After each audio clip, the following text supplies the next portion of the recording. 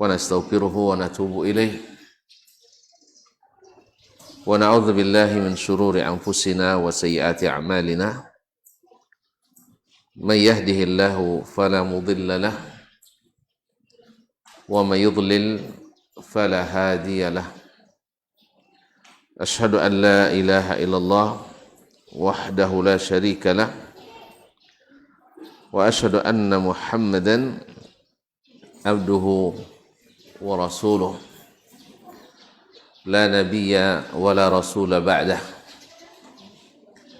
يا أيها الذين آمنوا اتقوا الله حق تقاته ولا تموتن إلا وأنتم مسلمون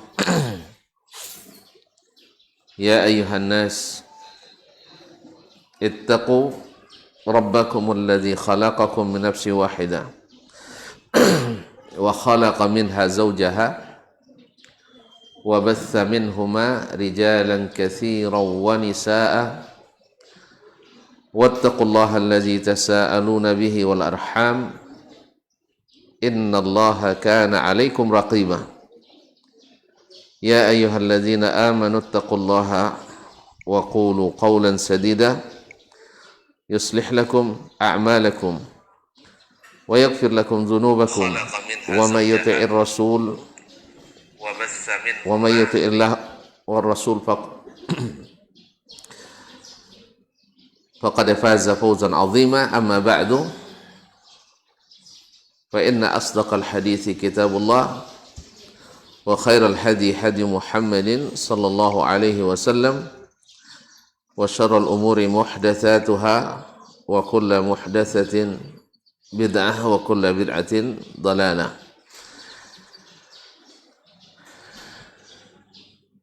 Ma'asyiral muslimin, ma'asyiral muslimat. Ini sebenarnya kajian khusus ummahat dan akhwat. Tapi yang hadir ada juga bapak-bapak. Ini tidak bebas kami bicara nampaknya. Nah. Dan juga mungkin yang menyaksikan. Alhamdulillah pada waktu yang mudah-mudahan diberkahi ini, karena didoakan oleh Nabi sallallahu alaihi wasallam, Allahumma barik li ummati fi bukuriha. Ya Allah, berikanlah berkah kepada umatku di waktu paginya. Kita berkumpul di salah satu rumahnya ini, di Masjid Baitul Huda. Masjid Baitul Huda yang mudah-mudahan Allah berikan keridhaan di dalamnya. Kaum muslimin dan muslimat rahimanillah wa iyyakum. Selawat dan salam kepada baginda Rasulullah sallallahu alaihi wasallam. Suatu hari Nabi masuk ke rumahnya, bertanya kepada ibunda Aisyah radhiyallahu taala anha,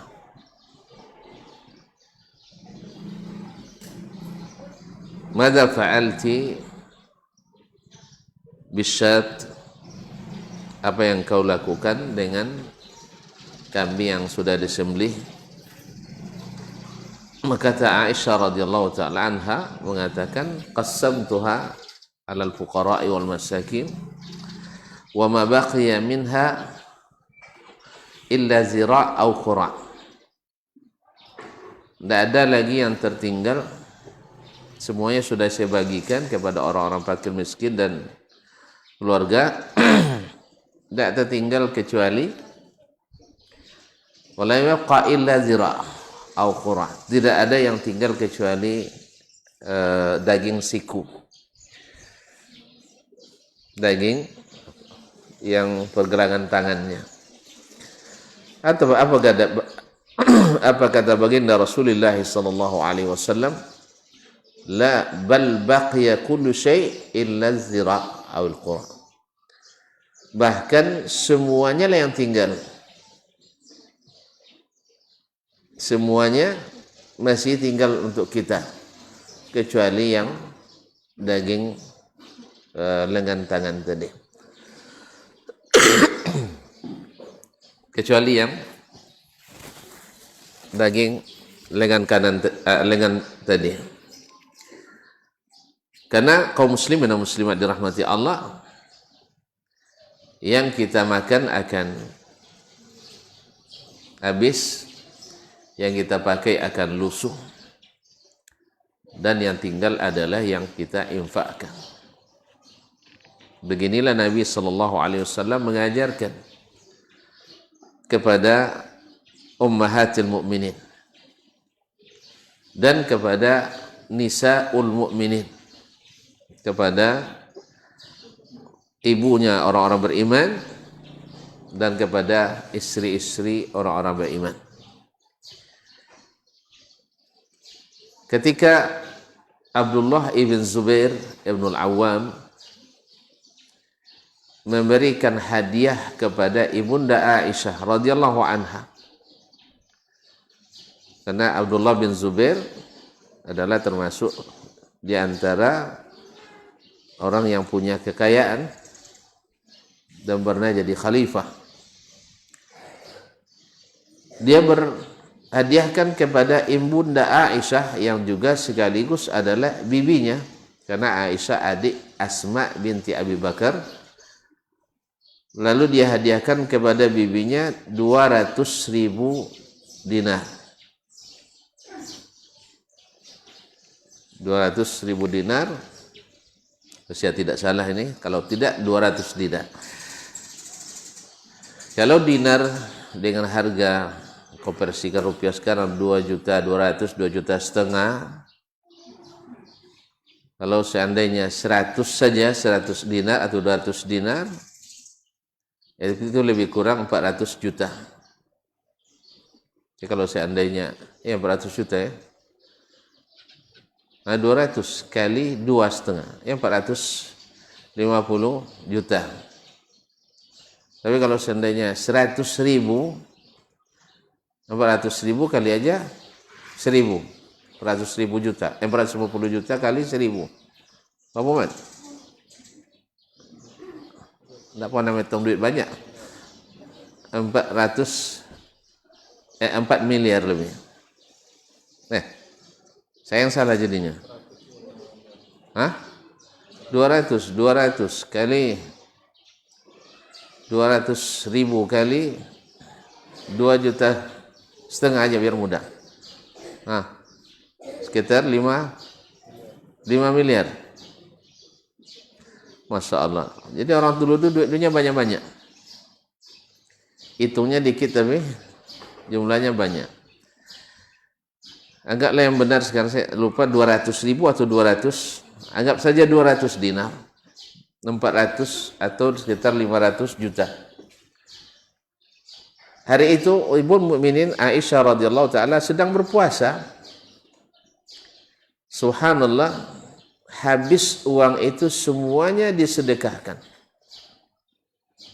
Sehingga ketika beliau berbuka puasa, tidak ada yang dimakannya kecuali air dan kurma.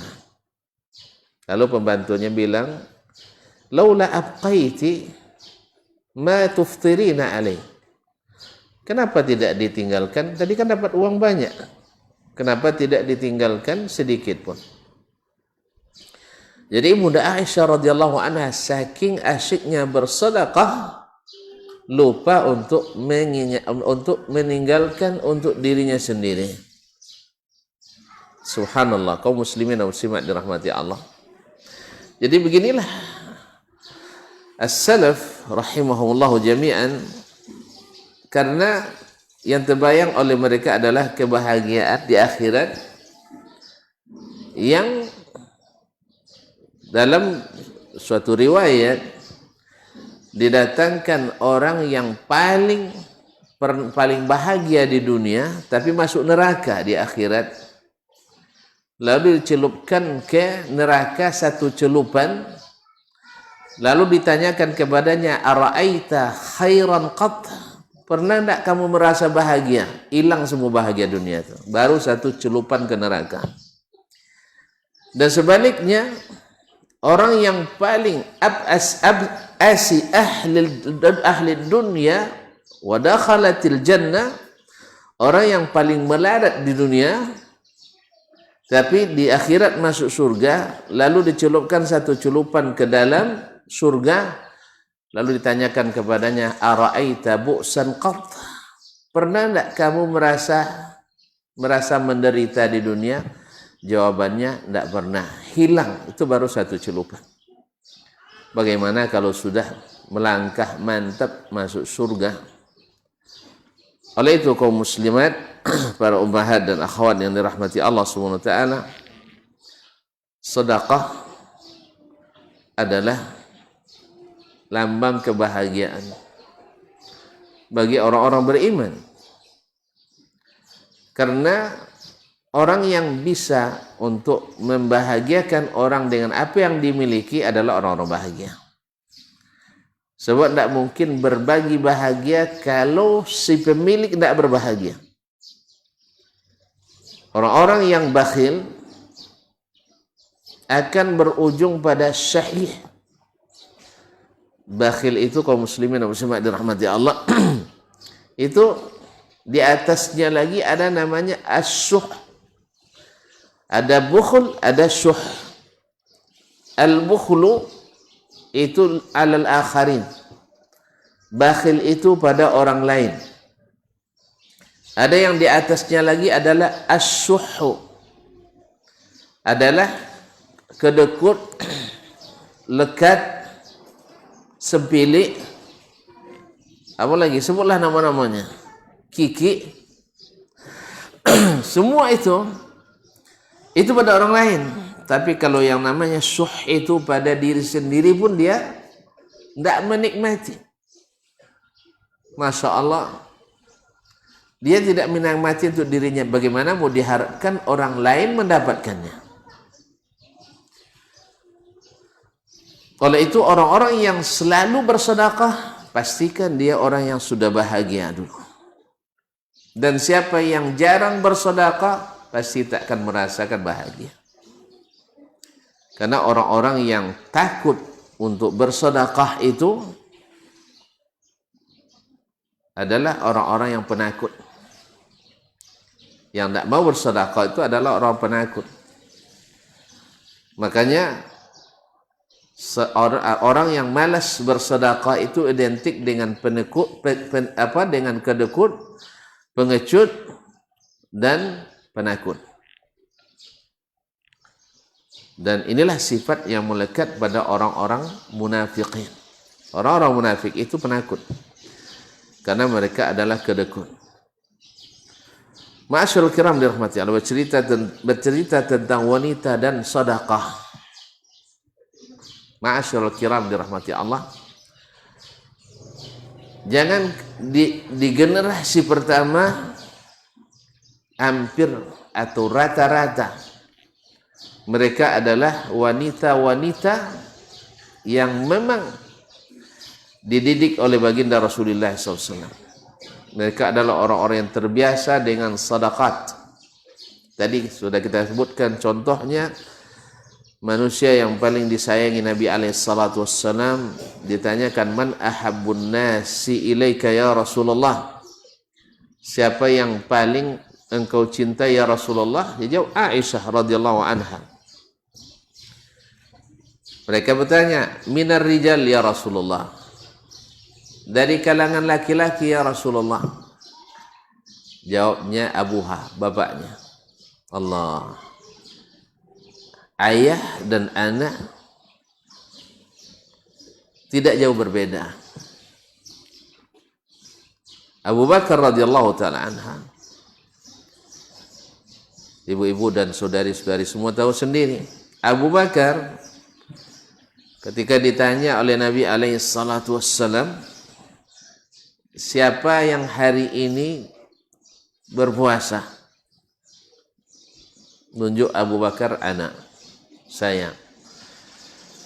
Man tasaddaqa 'alal miskin, siapa yang hari ini bersedekah pada orang miskin? Abu Bakar lagi bicara, saya. Man minkum ada al-marid, siapa yang hari ini berkunjung kepada orang yang sakit, Abu Bakar lagi. Wa man minkum syayya al-janazah, siapa yang hari ini mengantarkan jenazah, Abu Bakar. Subhanallah. Oleh itu Abu Bakar radhiyallahu anha tentang sedekahnya tidak ada tandingannya. Dari sejak Nabi berdakwah sampai akhir Nabi wafat alaihi salatu wassalam wa radhiyallahu anhu. Pernah nak dicoba oleh Umar untuk menandingi menandingi Abu Bakar radhiyallahu taala. Tapi Umar waktu itu datang membawa setengah hartanya. Tidak lama datang Abu Bakar membawa seluruh hartanya. Tidak bisa ditandingi.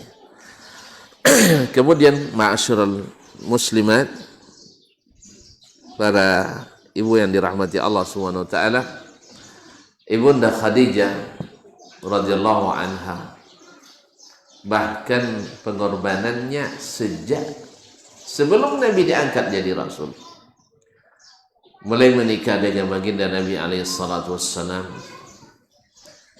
yang namanya wanita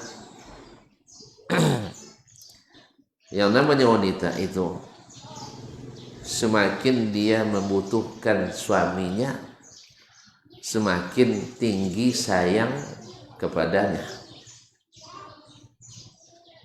Ini dicatat, seorang wanita semakin merasa butuh kepada suaminya, maka dia semakin taat kepadanya.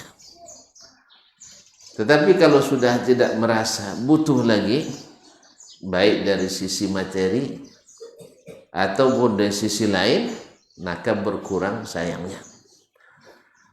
Oleh itu ketika Pak Menteri Agama dulu datang ke Pekanbaru, ada yang melaporkan bahwa banyak khulu' terjadi. 65% dari kasus khulu' didominasi oleh khulu', tahu ya? Ibu-ibu tahu khulu'? Tahu, alhamdulillah. Yaitu istri minta cerai kepada sang suami. Itu 60% lebih didominasi oleh ibu-ibu dosen dan guru. Apa rahasianya? Karena dapat sertifikasi, sehingga gaji lebih tinggi dari suami. Akhirnya mulai tidak merasa butuh pada suami. Tambah lagi suami numpang hidup di depan, di rumah istri. Sudahlah tinggal di PMI, perumahan mertua indah. Tambah lagi sewa nunggak sudah 10 tahun tidak bayar-bayar. Artinya bahasanya sewa ya. Uang belanja ditanggung mertua, ditanggung oleh istri yang bekerja. Suami tidak tanggung pula hisap rokoknya. Ya, rokoknya Masya Allah, sejak beristri dulu sebelum nikah 2 bungkus sehari. Setelah nikah 4 bungkus. Pasalnya gratis. Ya, sehingga sering pula traktir rokok teman-temannya. Akhirnya yang demikian itu, istri sudah tidak lagi membutuhkan suaminya. Ini mohon maaf, kalau hanya kegantengan badan, banyak yang lain katanya. Kalau hanya sekedar ketampanan, banyak yang lain. Gitu tuh. Nah, di sini yang terbaca oleh Ummul Mukminin Khadijah radhiyallahu anha. Beliau tidak ingin manusia semulia itu, walaupun belum terbaca oleh Khadijah akan jadi nabi, tetapi manusia sebaik itu, Al-Amin, yang dipuji-puji oleh masyarakat, yang sangat-sangat diharap. Dia tidak ingin merasa rendah di depan istrinya yang konglomerat. Kan Khadijah pedagang sukses. ya, konglomerat sukses. Kalau ibu-ibu nanti pergi ke Masjidil Haram, lihat di sekitar Marwah itu rata-rata itu lahan milik Aisyah, milik Khadijah dulu. Berarti kalau sempat hidup Khadijah sampai sekarang, tanahnya paling mahal di dunia. Ya, tanah termahal di dunia itu di mana? Makkah. Berapa sekarang semeter? Atau ada yang tahu? Berapa? Kalau dulu udah lama nih, udah lama. Udah salah 150.000 rial semeter. Coba hitung, Ustaz. 150.000 kali 4.000. Hah? 150 kali 4. Kok lama sekali ngitung? 4 kali 1,5. Dasar nggak punya duit banyak tuntun. Ngitung segitu aja payah. 150.000 kali 4.000. 4 kali 1,5, 6,5. Salah. Saya lagi yang salah jadi 6. Kali tambah 0,6. Hah? Kok gitu aja kok repot? 150.000. Dah berapa nolnya? 4 di sini nolnya. Di sini nolnya 3. 7 nolnya. Berapa itu? Subhanallah. Rasa jatuh-jatuh jadi. 600 berapa? 60 juta. Hitung payah juga. Baiklah kaum muslimin dan muslimat. Itu tanah Khadijah semuanya. Di sekitar Marwah. Kaya. Tapi dia tahu kalau istri lebih tinggi dari suami akan merubah cara pandang istri terhadap suami. Maka dia serahkan ke Nabi SAW untuk mengelola seluruh aset yang dia miliki. Sehingga dia sekarang meminta belanja ke Nabi SAW. Inilah Khadijah radhiyallahu anha. Bentuk wanita yang Masya Allah pandai menjaga perasaan suami. Awak masih butuh juga suami lah, tapi masih juga kadang-kadang tak menjaga perasaan suami. Kasih duit belanja 5 juta seminggu, ikutnya cunya. Hanya ini. Ayah saya dulu 10 juta, kasih mak katanya. Makanya kepada orang tua, kalau nak ngasih bantuan ke anak kita yang baru nikah, jangan serahkan ke anak, serahkan ke menantu laki-laki. Sebab sudah banyak kasus yang orang berkonsultasi dengan kita, banyak di antara emak ini sayang sama putrinya karena dulu waktu kuliah belanjanya sebulan 10 juta. Sekarang nikah dengan ikhwan. Ini masalah ikhwan ini miskin-miskin banyak itu masalah. Entah kenapa pula bawa gaji ketika miskin kan. Na'udzubillah. Akhirnya gajinya tidak jelas. Kadang sebulan dapat 1.500. Kalau ikhwan untunglah tidak merokok kan. Kalau ikhwan untung tidak merokok. Kalau sempat ada juga ikhwan merokok masih. Masih ya, Masya Allah ada masih. Merokok pula. Jadi 1.100 potong uang rokok 300. Tinggal 1.200. Potong uang minyak motor 200, tinggal 1 juta. La ilaha illallah. Ini dikasih sama maknya uang 10 juta setiap bulan ke anaknya. Bukan mantaknya sayang, tapi ujung-ujungnya nanti abang melayang. Apa sebab? Mak kasih 10, abang kasih 1 juta. Sering pula marah-marah. Kalau lihat onok-onok saja dia abang nih, disuruh ngapain mau aja. Bang, angkat sampah, siap deh, laksanakan. Bang, sapu halaman, siap laksanakan.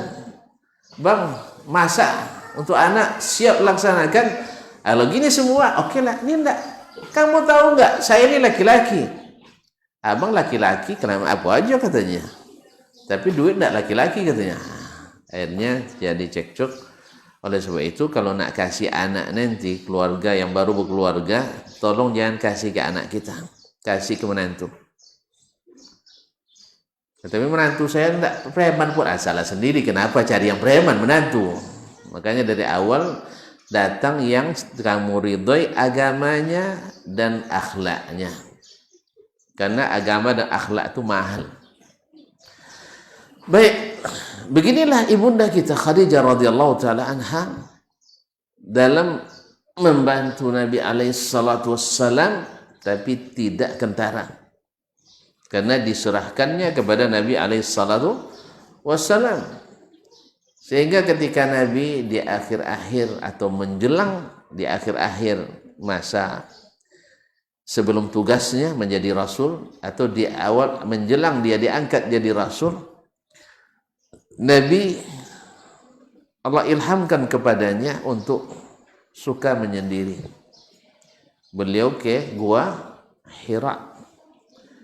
Ya, karena bermunajat kepada Allah Subhanahu wa taala, bagaimana cara mengatasi rusaknya masyarakat hari itu. Coba bayangkan Ka'bah syirik di dalamnya. Minuman keras jadi minuman kebanggaan dan legal.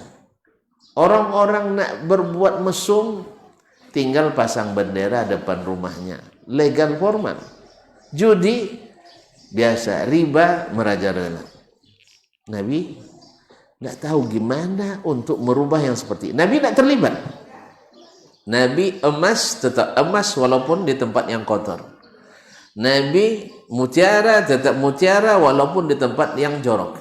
Nabi tetap dijaga oleh Allah sekalipun tumbuh di masyarakat jahiliyah.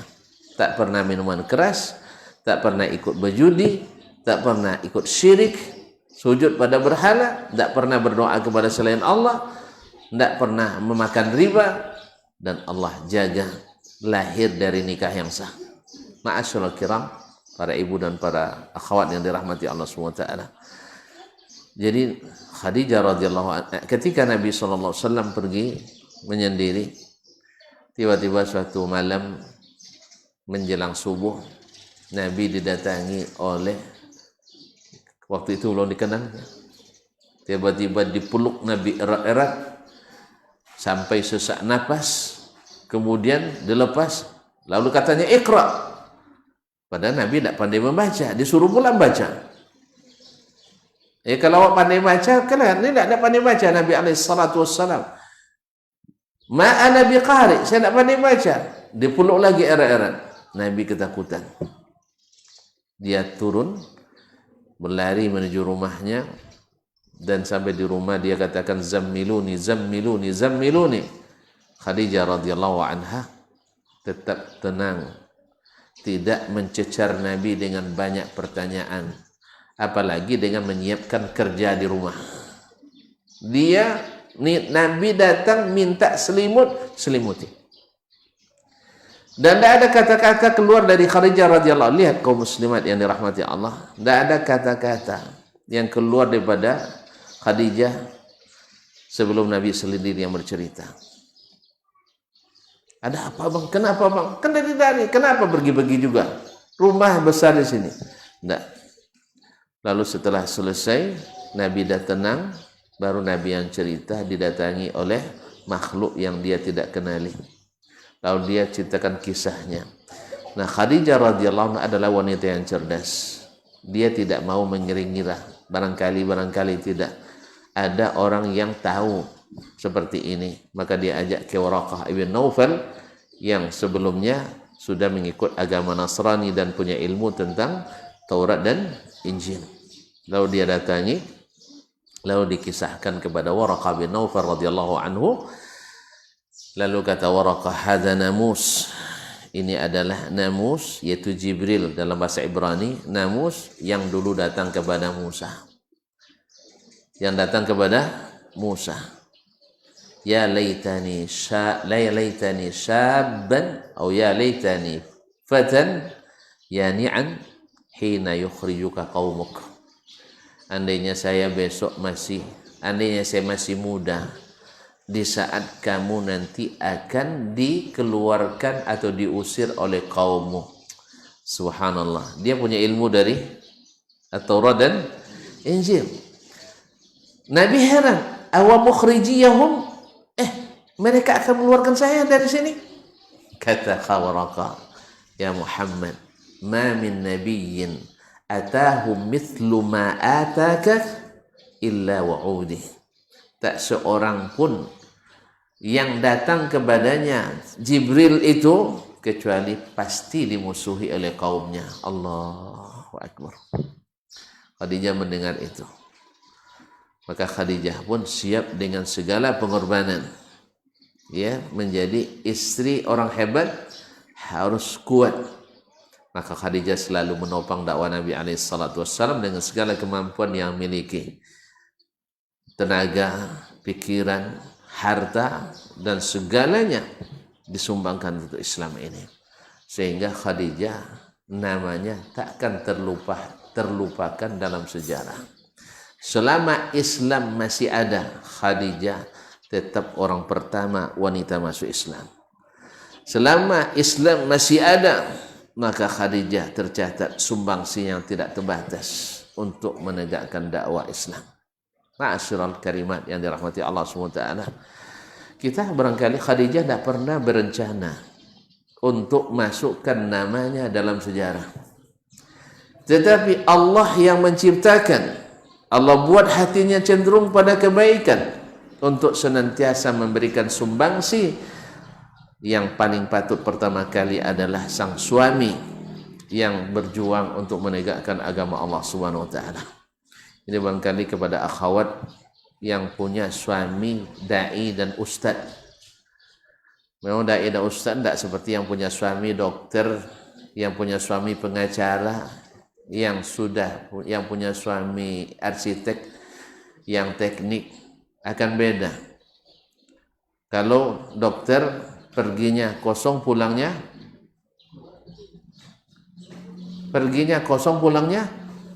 penuh. Kalau ustadz perginya penuh pulangnya kosong. Sering begitu. Ya, orang pun tadilah seperti semalam saya bilang, nak ngasih ustadz pun ikhtilaf. Banyak khilafiyahnya. Iya kan? Saya sering ikut rapat-rapat seperti itu dulu ketika jadi penanggung jawab. Harus kokoh dan kuat berjuang.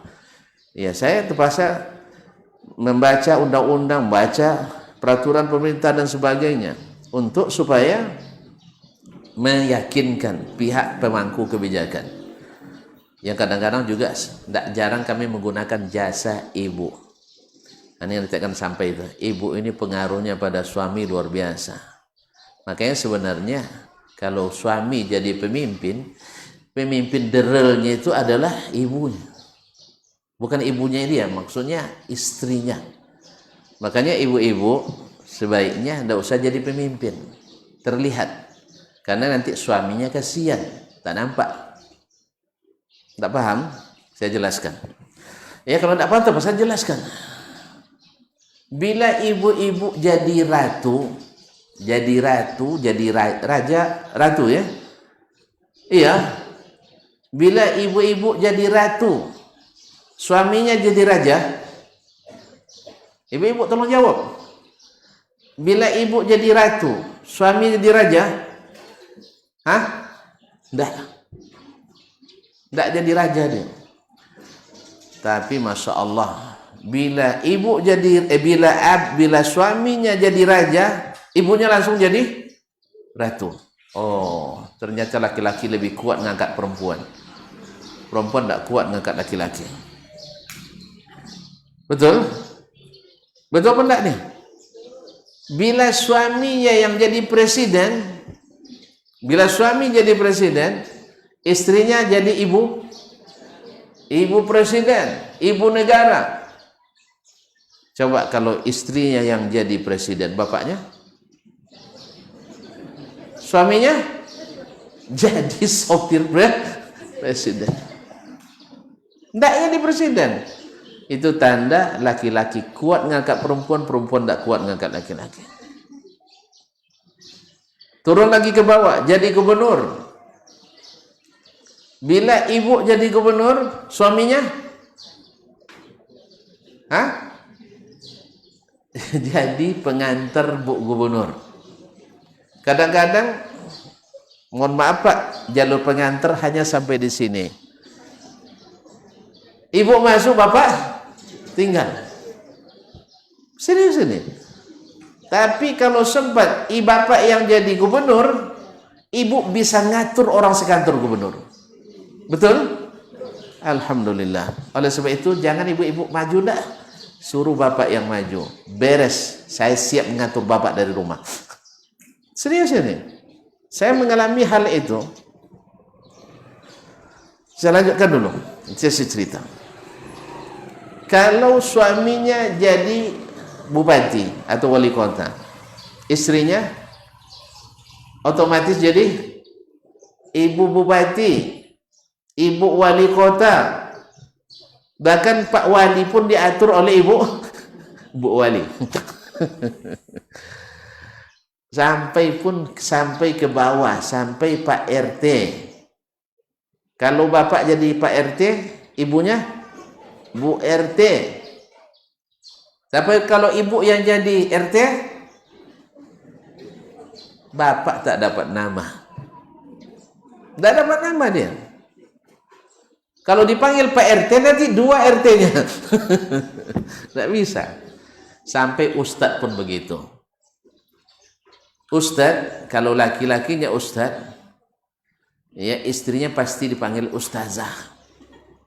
Iya kan? Kalau istri ibunya, bapaknya kiai, istrinya panggil nyai. Kalau yang laki-lakinya dipanggil buya, maka istrinya dipanggil umi. Masya Allah. Itu contohnya istri saya. Tanya sama dia. Itu ada di belakang sekarang. Maka agak hati-hati juga cerita saya dikit. Nah, iya. Awak jadi ustadz, dia pula mengatur ustadz, kan? Jadi kalau orang panggil buya ke saya, dia panggil umi gini. Kalau orang panggil ustadz ke saya, panggil ustazah ke uminya. Kalau orang panggil saya kiai, panggil nyai. Banyak gelarnya itu. Orang panggil haji ke saya, dia panggil hajah. Padahal sering saya haji pada dia. Nah, awak tamat pesantren, hanya tamat perikanan, jadi ustazah juga tuh. Coba sempat kalau dia yang jadi ustadz, saya yang tidak ustadz. Waduh, itu siapa itu? Sopir Pak Bu Ustazah.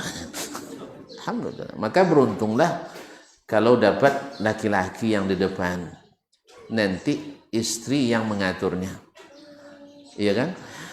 Besar pengaruh istri itu, Ustaz. Nak tahu antum? Saya cerita. Saya dulu gimana ya? Pernah diminta untuk meletakkan sesuatu di tempat yang secara syariat tak boleh. Sering rapat, tetap sang pemimpin tidak mengizinkan. Harus di tempat yang menurut saya tidak mungkin letakkan di situ. Akhirnya datang ide dari sebagian teman dan rapat kami, bagaimana kalau kita minta bantuan ibu mimpin saja. Alhamdulillah kita telepon ibu melalui asisten saya. Telepon, Bu, kalau kami ini bicara dengan bapak itu bawahan ke atasan, nanti ditolak. Tapi kalau ibu yang bicara ke bapak, kekasih kepada kekasih. Tolong nanti menjelang tidur bisikkan ke telinga bapak, jangan dipaksa lagi ustadz itu. Alhamdulillah besok selesai subuh masuk telepon dari ibu. Alhamdulillah bapak bilang terserah ustadz lah. Alhamdulillah. Itu awak dah lama meyakinkan dengan dalil qala Allah, qala Rasulullah sallallahu alaihi wasallam, qala al-Imam Syafi'i, Imam Ahmad, tak masuk. Yang masuk bisikan, itu istri. Makanya pengaruh istri seperti disebut oleh Nabi SAW, orang cerdas pun kelihatan tidak bernilai kalau sudah istri yang bisikan. Ada ceritanya centeng di kampung tuh. Centeng di kampung tuh. Ya, orang di kedai itu kalau udah dia datang terdiam semuanya. Sambil dia marah-marah di kedai itu, di warung tuh, lewat istrinya naik motor. Pulang. Saya pulang lagi katanya. Sebab kalau lambat pulang dicukur sama istri nanti. Jadi ibu-ibu tahu enggak bahwasanya laki-laki itu selalu diapakan, yang hebat tuh ditamsilkan dengan singa jantan. Sebenarnya ini ada nilai positifnya, ada nilai negatifnya, Ustaz. Antum tahu enggak bahwa singa jantan itu diperintah oleh singa betina? Enggak tahu? Hah?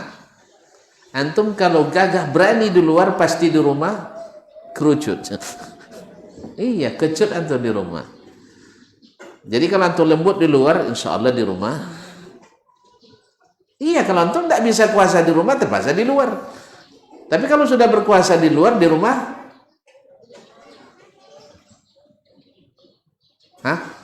coba penelitian nanti.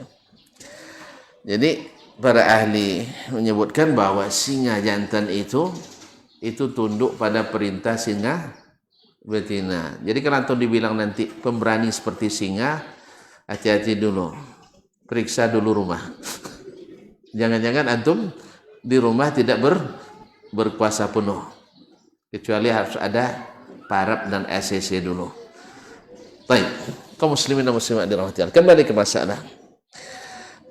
Jadi infak, sedekah bagi wanita itu sangat besar perannya dalam Islam. Mungkin tuan-tuan, perempuan, para ibu dan para ummah akhwat pernah mendengar atau mungkin pernah melihat ada tembok irigasi di Mina, dari Mina ke Muzdalifah itu panjang sekali. Itu dulu adalah infak seorang istri khalifah, istri Harun Rashid, yang gunanya adalah untuk mengalirkan air untuk konsumsi jemaah haji. Subhanallah. Luar biasa kaum muslimin dan muslimat, karena dia tahu bahwa air adalah yang paling dibutuhkan. Sampai-sampai salah satu pahala yang senantiasa mengalir sampai setelah meninggal sekalipun adalah menggalikan sumur yang dikonsumsi oleh umat Islam, bahkan oleh seluruh manusia. Makanya orang-orang cerdas mencari peluang-peluang seperti ini. Mereka dengan kekayaan mereka miliki, mereka nafkahkan.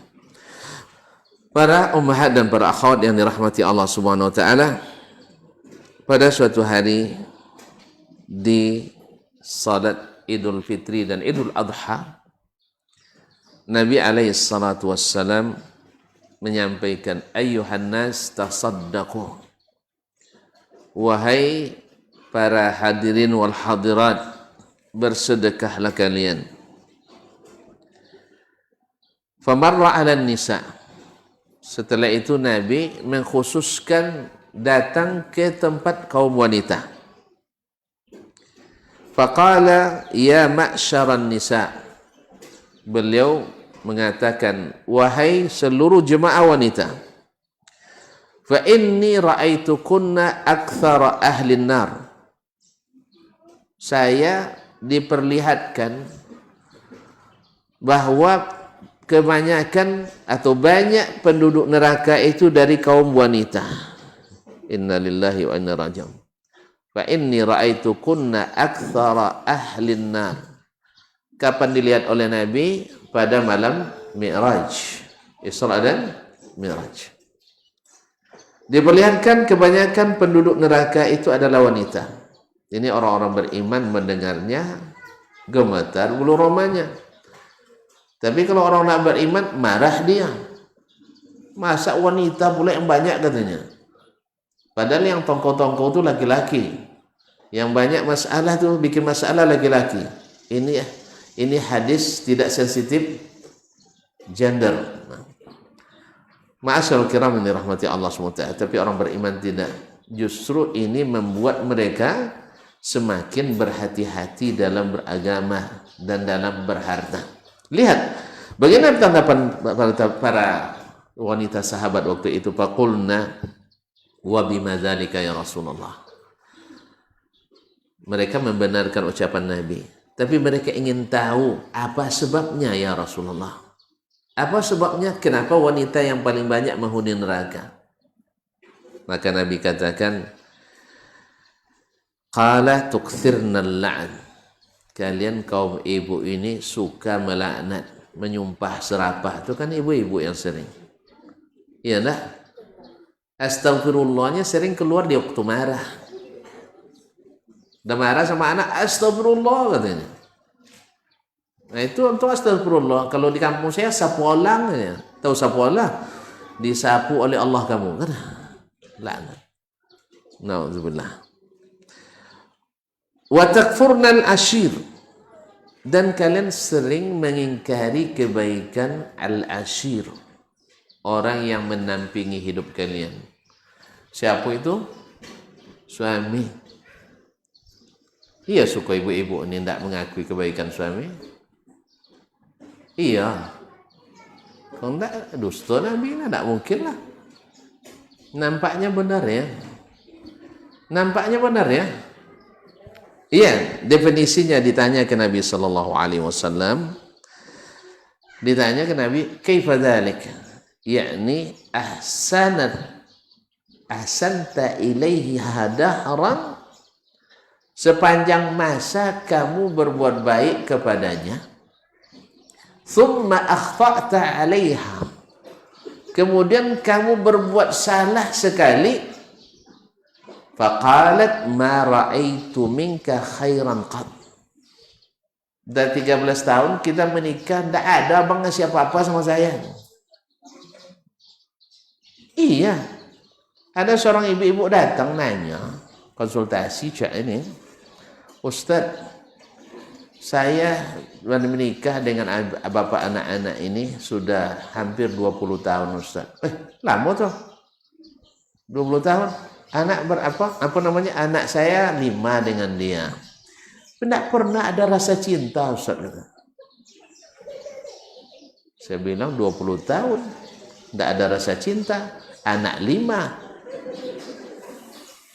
Anak bingung mikirkannya, gimana tidak ada rasa cinta, anaknya sudah 5. Ini kalau orang-orang ini, sosialita, mendapat yang seperti ini makanan empuk bagi mereka. Ini tanda-tanda kekerasan dalam rumah tangga. Akhirnya pekerjaan yang harusnya dikerjakan oleh syaitan memisahkan kita, diambil alih oleh manusia kan, untuk memisahkan orang yang sudah 20 tahun menikah. Saya bilang, Bu, Ibu punya anak 5 tapi tidak pernah cinta, gimana caranya itu? Saya tidak tahu tuh. Saya tidak bisa menafsirkannya. Rupanya ada kesalahan bapak tuh yang sekali teringat sepanjang 20 tahun tuh. Pernah jumpa sama saya Ustadz katanya. Dalam dompetnya ada surat. Entah surat masa muda, lupa dia membuangnya barangkali kan, atau mungkin juga ada sisa-sisa juga masih. Kadang kan KCB apa namanya, CLBK, cinta lama, bawa mudarat lagi. Allah musta'an. Terjumpa oleh istrinya. Sejak itu hilang rasa saya Ustaz. Subhanallah. Kapan itu terjadi? 2 tahun kami menikah katanya. Berarti menderita selama 18 tahun. Teringat terus. Terus apa ketika ibu menemukan itu? Tidak bilang sama suami. Bilang, dia sudah minta maaf Ustaz, tapi hati ini tidak bisa memaafkan. Ya Allah ya Rabbi, ibu jenis pendendam ini. Dia sudah minta maaf dan dia jelaskan. Ya, Allah musta'an. Jadi kaum muslimat, disinilah rupanya takfurnal ashir. Ya, berbuat baik sepanjang masa, tapi yang terlihat salah satu itu juga. Makanya hati-hati ya. Antum jangan buat salah di depannya. Kalau salah, segera minta maaf. Paham, Syekh? Dan nikah belum? Oh, belum. Nah, berarti dari sekarang, latih itu. Bila salah kepada wanita, segera minta maaf. Tapi berat juga Ustaz. Berat itu. Nah, minta maaf itu berat. Atau setidaknya antum jangan tinggal di rumah. Pergilah ke masjid nanti. Minta kunci Masjid Babul Huda ini. Ya, sehingga sekali-sekali antum numpang itikaf di sini. Nah. Baiklah kaum muslimat dirahmati Allah. Kemudian Nabi melanjutkan, "Ma ra'aitu min naqisati aqlin wa din azhaba li lubbir rajulil hazim min ihdakunna." Tidak ada orang yang pendek akalnya. Nih, marah juga ibu-ibu dengar ini. Yang pendek akalnya, tetapi dan kurang agamanya. Nanti pendek akal saya tunjukkan. Dalam penelitian di England, di Inggris, bahwasanya ditimbang otak laki-laki dan otak perempuan, ibu-ibu, itu rata-rata otak perempuan lebih ringan sekira 5 sampai 6 miligram. Bukan gram ya, miligram dari otak laki-laki. Kalau di situ memorinya yang 6 miligram itu banyak gigabyte-nya itu. Lebih banyak simpanan di situ. Bagi laki-laki ini ada kaitannya dengan masalah lain, tapi wallahu alam saya tidak baca dari pendapat ulama, tapi saya istinbat sendiri, bisa salah bisa benar. Bila suami meninggal, istri harus menunggu iddahnya berapa? Tidak tahu. 120? Enggak, 4 bulan 10 hari, 130 hari. Apa tujuannya?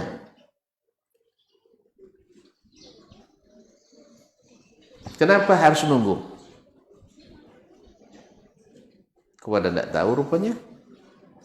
Untuk memastikan, kata ulama, memastikan rahimnya kosong atau tidak. Sebab tak boleh bercampur air ini dengan air yang lain. Di sini juga saya menguatkan pendapat wanita yang hamil di luar nikah tak boleh dinikahkan, sekalipun dengan orang yang menghamilinya. Sebab apa? Air yang halal saja dengan yang halal tak boleh dicampur, apalagi halal dengan haram. Air yang masuk sebelum kan haram tuh. Sekarang mau dimasukkan yang halal. Yang halal saja tak boleh dicampur dengan yang halal, apalagi yang haram dengan yang halal. Allahu a'lam. Intinya kaum muslimat yang dirahmati Allah SWT, ini para ulama menyebutkan ilahnya supaya rahimnya kosong, atau diketahui kosong atau tidak. Kalau seandainya berisi, maka sampai dia melahirkan. Saya menarik kesimpulan lain lagi, tapi bisa salah bisa benar. Tapi ini terus terang ilmu saya ambil dari istri saya, dia ngasih tahu. Tapi istinbat saya sendiri lagi. Katanya kalau perempuan menikah atau mencintai, hatinya fokus pada yang itu. Betul ibu-ibu? Betul? Alhamdulillah, berarti istri saya benar itu. Jazakallahu khairan. Jadi kalau perempuan sudah menikah, dia fokus pada suaminya ini. Kalau laki-laki, ini yang parahnya. Laki-laki kalau menikah, subhanallah, ini uniknya ciptaan Allah ini. Hatinya berkamar-kamar, 4 kamarnya. Bahkan bisa lebih. Nah, cuma syariat hanya mengizinkan 4. Di sini dia bisa katakan, engkau satu-satunya. Sana dia bilang engkau satu-satunya. Jadi kalau istri yang beristri lebih dari satu, ahli takwil banyak. Nah, pandai dia mentakwilkan. Maksudnya ketika saya berada di sini, engkau satu-satunya. Pandai dia. Tapi yang seperti ini kan dibolehkan secara syar'i kan? Untung dibolehkan. Nah, makanya Buya Hamka bilang, tidak ada suami yang menikah kecuali ingin menikah lagi. Alasannya sederhana. Kenapa? Satu saja sudah bahagia, apalagi dua. Nah, itu kan yang terbayang. Ini subhanallah, dapat istri yang lembut, yang keibuan, yang santun. Ini baru satu, luar biasa bahagianya, serasa dunia milik kita berdua. Rupanya datang yang kedua, tidak seperti teori. Nah, jadi wanita tidak boleh menikah karena kadang memastikan. Saya menarik kesimpulan lain lagi dari apa yang didapatkan tadi dari ilmu istri saya. Karena katanya wanita itu bila mencintai, dia fokus pada yang dicintainya ini. Nah, bila dia menikah langsung setelah, ini hikmah ya, langsung setelah suaminya meninggal, khawatir dia langsung lupa pada suami yang lama. Padahal harus ada doa-doa yang senantiasa diteruskan untuk sang suaminya. Nah, kalau laki-laki meninggal istrinya siang ini, malam boleh akad nikah lagi. Mana tahu kan? Mana tahu di saat istrinya ada sakit-sakit, tidak ada harapan mati.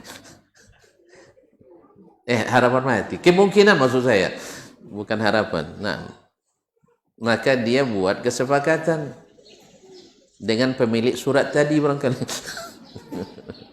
Mana tahu dia masih surat tersimpan kan? Apalagi terinspirasi dengan lagu lama beranak ampek kan dan nanti. Kaum muslimin dan muslimat dirahmati Allah SWT.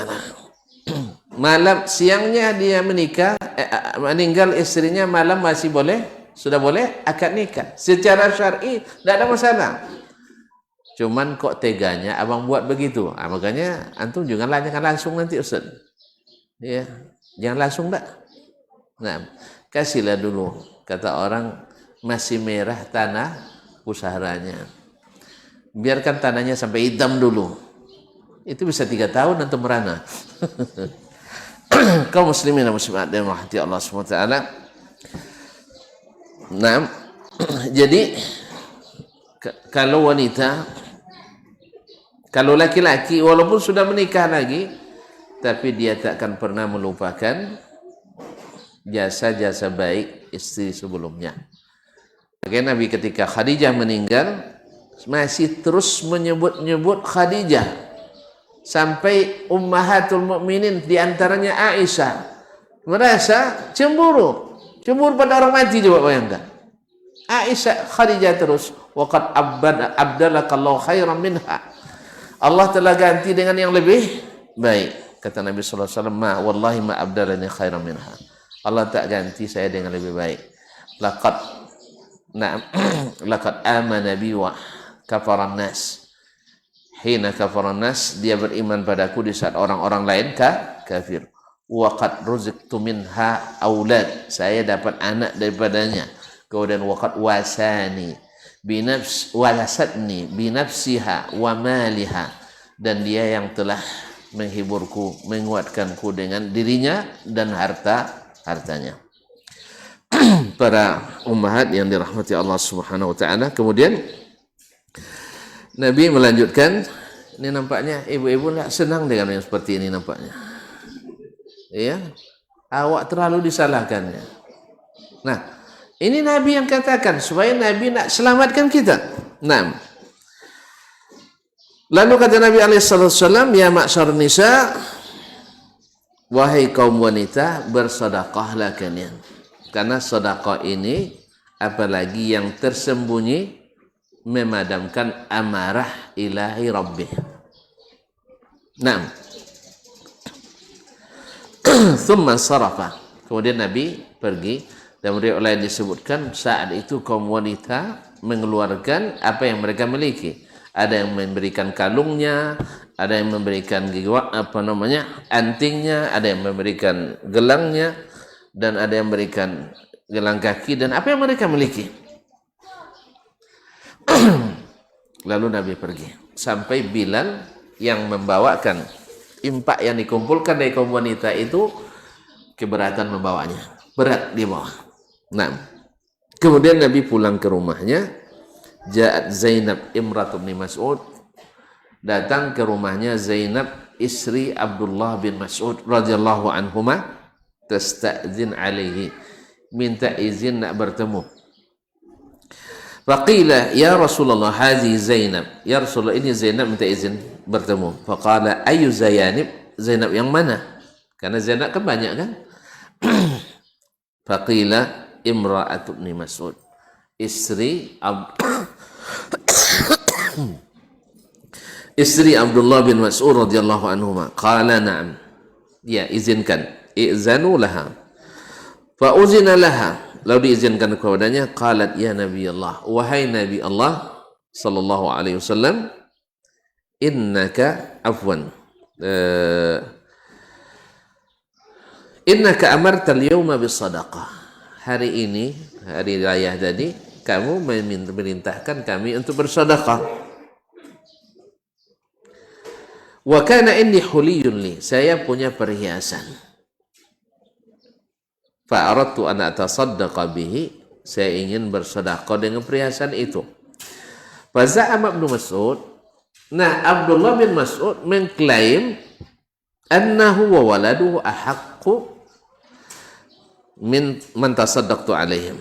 Dia mengatakan bahwasanya dia kan suami saya dan anak-anaknya lebih berhak mendapatkan sedekah itu dari yang lain.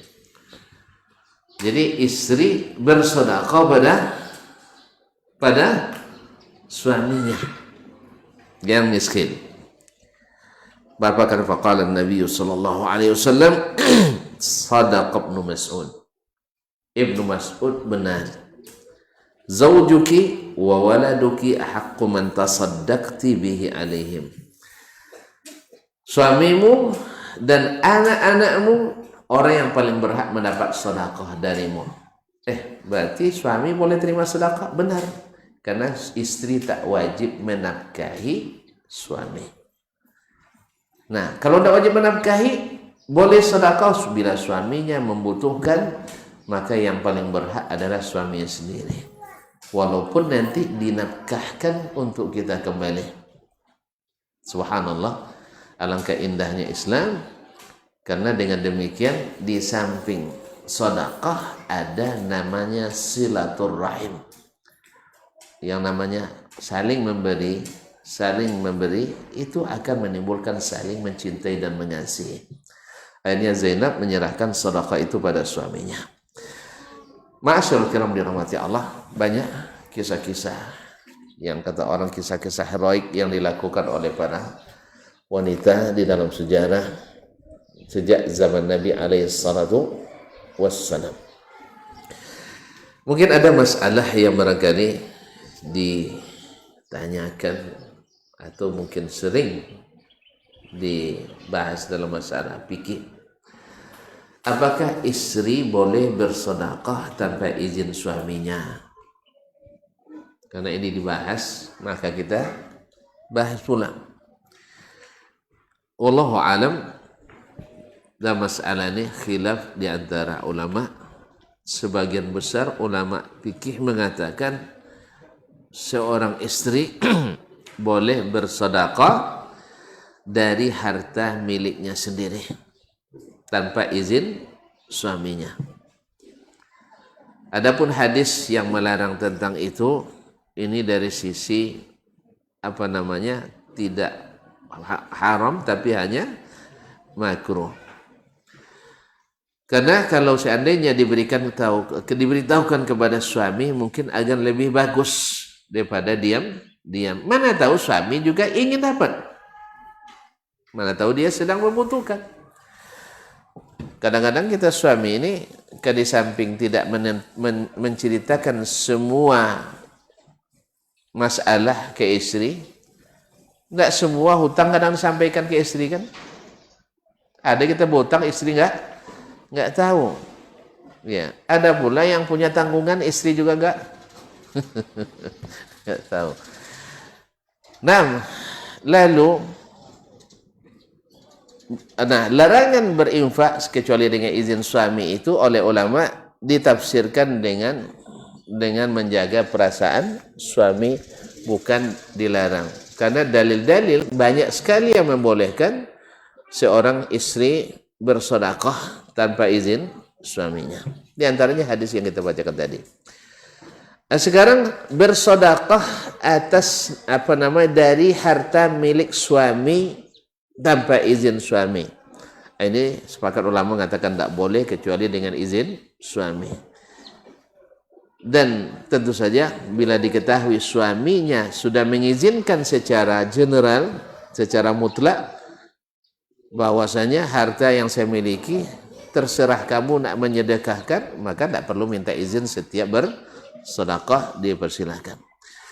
Nah, sebenarnya kaum muslimat yang dirahmati Allah, sedekah tak pernah mengurangi harta. Apalagi wanita tidak pernah diwajibkan bayar nafkah.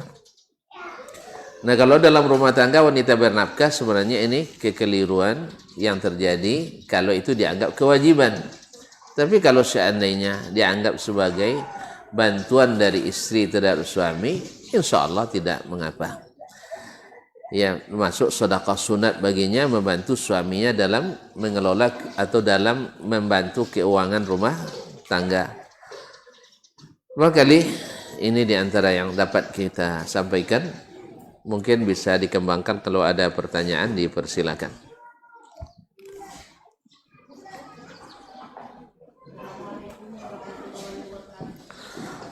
Waalaikumsalam warahmatullahi wabarakatuh. Ya.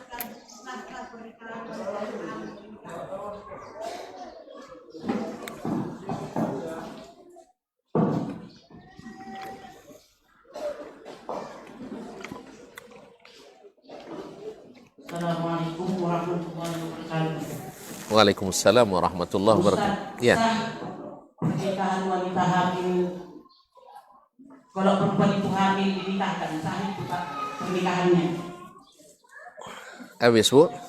Yang kedua, Masih banyak lagi? Baik. Satu aja dulu ya. Nah. Waalaikumsalam warahmatullahi wabarakatuh. Wanita hamil dinikahkan.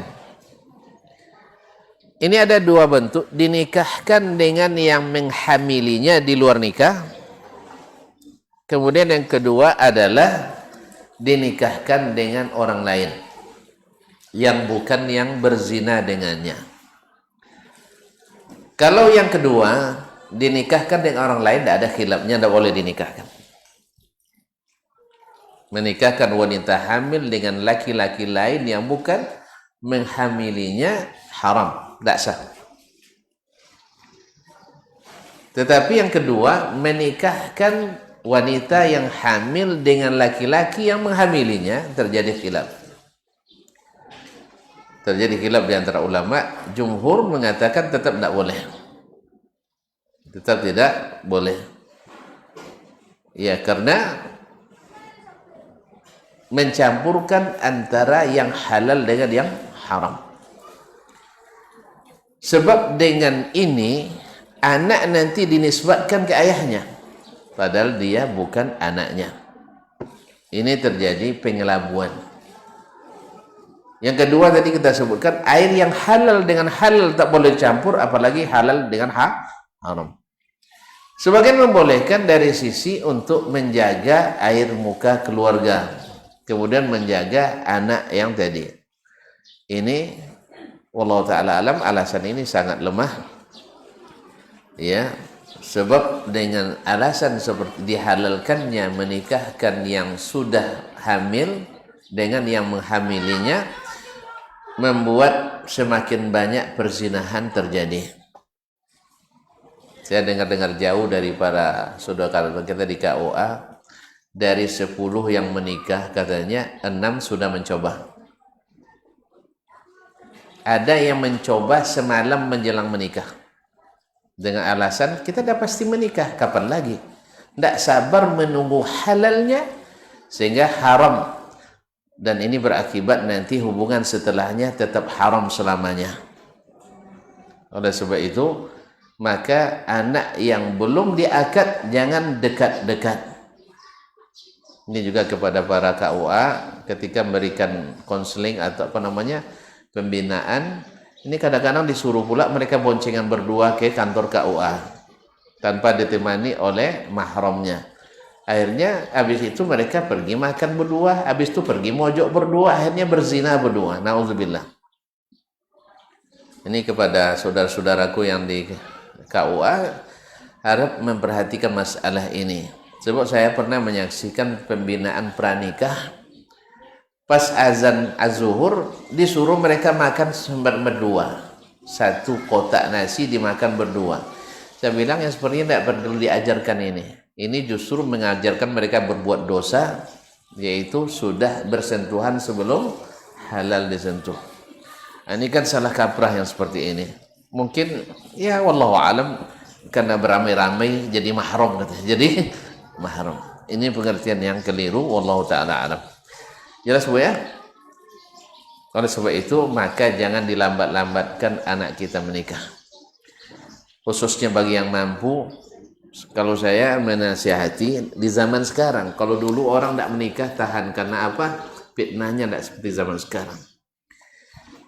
Zaman sekarang yang menjadi penuntut ilmu sejati itu payah dicari sekarang.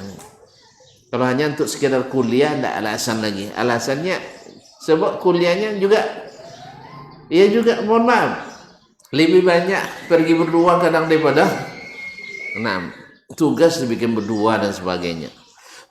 Sebagian sengaja pula bikin berpasang-pasangan. Oleh sebab itu anak, khususnya anak wanita kita, kalau sudah dewasa jangan dilambatkan, segera nikahkan. Dan setelah itu kalau nak kuliah, kuliahkan. Menantu nak kuliah, dikuliahkan. Besan pun nak kuliah, kita kuliahkan. Nah, saya terus-terang anak saya tamat SMA kemarin saya panggil, kamu menikah? Kalau nikah, kuliah tidak ada alasan, tetap saya kuliahkan. Istrimu nak kuliah, saya kuliahkan. Mertuamu nak kuliah, saya kuliahkan. Tapi dengan catatan saya sanggup. Kalau tidak sanggup, tanggunglah sendiri. Nah, silakan. Oh, ini ada pertanyaan. Mohon maaf, suara sudah apa? Tadi dikasih obat batuk semua uminya, tapi memancing jadinya. Bismillah, izin bertanya Ustaz, silakan. Bagaimana hukumnya seorang anak laki yang begitu patuh kepada istrinya, tetapi tidak mempedulikan ibunya? Terima kasih. Suami patuh sama istri, bagus. Berarti dia cinta pada istrinya, lebih cinta daripada istrinya kepada suaminya. Yang seharusnya istri lebih mencintai suami daripada suami jadi istri. Ini seharusnya. Karena siapa yang paling cinta itu siapa yang taat. Siapa yang paling cinta dia yang paling taat. Nah, cuman masalahnya ketika cintanya ini mengorbankan cinta pada yang lain, cinta pada Allah, cinta pada Rasul, dan cinta pada orang tua, ini cintanya ternista. Maka wanita yang mengetahui hal ini segera bertobat. Jangan biarkan atau jangan menjadi penyebab suami mendurhakai orang tuanya. Nah, kalau ini istri yang jenis begini, ini berbahaya kalau dia menjadi penyebabnya. Tapi kalau itu hanya semata-mata sebab suaminya yang tidak ini, maka suaminya juga harus didorong oleh istrinya untuk segera bertobat dan kembali berbakti kepada ayah dan ibunya. Wallahu ta'ala alam. Jadi intinya kalau taat pada istri itu biasa tuh, Ustaz ya. Taat pada istri tak ada masalah. Cuman jangan salah kaprah seperti tadi. Gara-gara taat istri nak pergi masjid tak boleh, pergi ngaji tak boleh. Ya, pergi sama istri lagi tak boleh. Pergi ngurus orang tua tak boleh, semua tak boleh, tak bisa. Tapi kalau seandainya kita pulang misalnya istirahat, ya, tiba-tiba dia minta antar saya sebentar dulu, enggak apa-apa, enggak masalah itu. Saya sering kok melakukannya. Insya Allah dan awak pulang lah capek sekali kan, tiba-tiba depan pintu boleh diantar cucunya, atau pasal diantar lagi enggak apa-apa, karena sayang. Ya ini saya mendengarkan langsung karena sayang itu. Takut nanti komplain lebih penting urusan orang daripada urusan rumah, kan itu kan takut kita seperti itu. Karena cinta itu melahirkan takut juga. Cinta melahirkan takut. Makanya cinta kan ibadah itu kan harus dengan cinta, takut dan harap. Ya, cinta, takut dan harap. Demikian juga dalam rumah tangga harus ada rasa takut, ada rasa cinta dan rasa harap. Kalau itu sudah hilang, insya Allah tidak akan bagus lagi perjalanan kita dalam berumah tangga. Di apapun, di kerja pun, kalau masih ada cinta dan pekerjaan, masih ada harapan dapat ganjaran, takut tak dapat gaji, maka pekerjaan akan dinikmati. Tapi salah satu dari rukun yang 3 ini hilang, cinta hilang, harapan redup, apalagi takut gak ada sama sekali, itu tidak akan dinikmati lagi. Wallahu musta'an. Baik, barangkali sampai sini masih ada ibu-ibu? Alhamdulillah, memang saya pandai menjelaskannya. Kalau di Bangkinang banyak pertanyaan, kalau sini sedikit, alhamdulillah. Baik, terima kasih. Atau sudah kasihan? Oh, masih ada lagi, masya Allah. Assalamualaikum warahmatullahi wabarakatuh. Saya pernah mendengar bahwa kalau anak tidak dikasih waktu kecil sampai dewasa, maka terbatas syafaat dari anak kepada orang tua. Apakah itu benar? Yang kedua, bolehkah mengakikahkan anak ketika mereka sudah balik? Baik, barakallahu fiki, pertanyaannya bagus ya. Nabi mengatakan, kullu mauludin murtahanun bi'aqiqatihi. Setiap bayi yang lahir itu tergadai dengan akikahnya. Tuzbahu anhu yawma sabi'ih, disembelih pada hari ke-7. Wa yuhlaq, dan dicukur rambutnya. Nah, para ulama menafsirkan kalimat marhunun au murtahanun bi'aqiqatihi. Apa maksud tergadai? Mereka kalau barang tergadai, ini tanah tergadai, kita tidak bisa memanfaatkannya, kita tidak bisa menjualnya, kita tidak bisa menghibahkannya, tidak bisa mengambil manfaat daripadanya. Jadi mereka mengkiaskan itu bahwa yang diharap dari anak itu adalah mendapatkan syafaatnya. Ketika tergadai, tidak mungkin dapat syafaat. Di situ datang penafsiran tersebut. Sehingga dengan demikian sebagian ulama mewajibkan akikah. Sebagian akikah. Tapi yang sahih wallahu alam, karena sebagian besar ulama mengatakan tidak wajib. Nah, apakah itu tafsir yang benar? Wallahu ta'ala alam. Apakah maksudnya tidak dapat syafaat? Wallahu a'lam. Ya, karena tidak ada dalil secara sharih seperti itu. Nah, apakah boleh mengakikahkan anak yang sudah dewasa? Boleh atau tidak? Kalau ditanya dalilnya ada dalam sunnah yang melakukan itu, tidak ada. Tapi apakah boleh menyembelih akikah setelah dewasa? Wallahu a'lam, saya lebih cenderung mengatakan boleh saja. Ya. Sebab kalau tidak jatuhnya ke akikah, jatuhnya ke sedekah. Jelas? Asal disembelih karena Allah, niatkan akikah, tidak sah akikah. Sah tidak sembelihannya? Sah sembelihannya sebagai sedekah. Wallahu ta'ala alam. Jadi kalau misalnya mungkin orang tua kita dulu kan orang kadang-kadang pesta syukuran anaknya lahir, kadang nyembelih ayam 500 ekor kadang. Tapi kambing tidak disembelih. Apa sebab? Orang kampung tuh tidak ada yang makan kambing katanya. Hanya nyembelih ayam. Ada pula yang nyembelih kerbau. Padahal lebih mahal dari kambing. Tapi belum lunas akikahnya.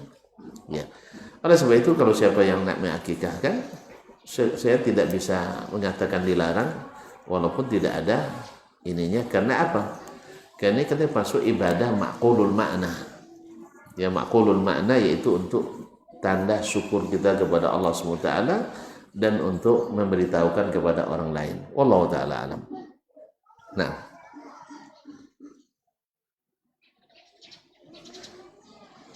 selesai ya? Alhamdulillah. Terima kasih dan mohon maaf. Ya, selama saya di sini, masya Allah, sentuhan masya Allah, sambutan luar biasa, dan mudah-mudahan suatu saat lagi kita bisa bertemu. Kalau tak di sini, mudah-mudahan di surga Allah nanti. Amin ya rabbal alamin. Wa subhanakallahumma bihamdik, asyhadu an la ilaha illa anta, astaghfiruka wa atubu ilaik. Wassalamualaikum warahmatullahi wabarakatuh.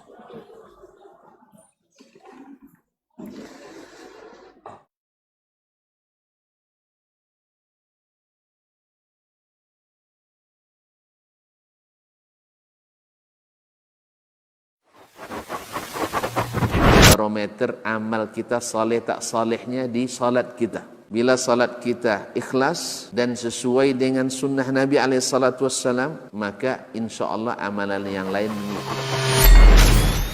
Ini aktivitas ini membantu saya di akhirat atau akan menyulitkan saya di akhirat? Kalau seandainya perbuatan itu ternyata akan menyulitkan kita di akhirat kelak, tinggalkan perbuatan itu. Anta ni'mal jund. Kamu adalah sebaik-baik prajurit. Coba lihat. Kamu adalah sebaik-baik prajurit. Maka tujuannya adalah menghancurkan kehidupan rumah tangga.